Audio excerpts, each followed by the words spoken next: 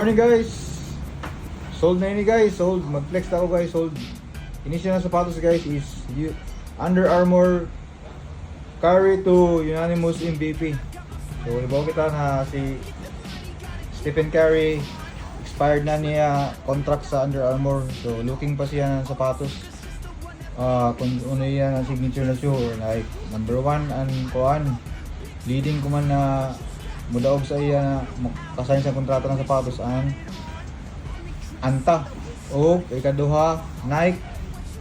So ini gibalik kita ko man sa Under Armour na sold na ini guys, bound to ko ini guys, Antipolo City. So pasingon ini ng Antipolo, Luzon. So 3 sticker and 3 socks. So ini guys, yung sapatos Under Armour Carry 2. Legit ini guys, legit. Size 10 ini guys.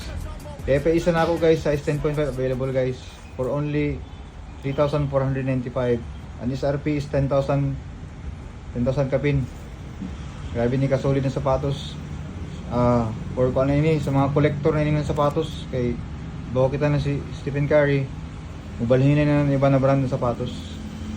So, I'm ready guys. Peace.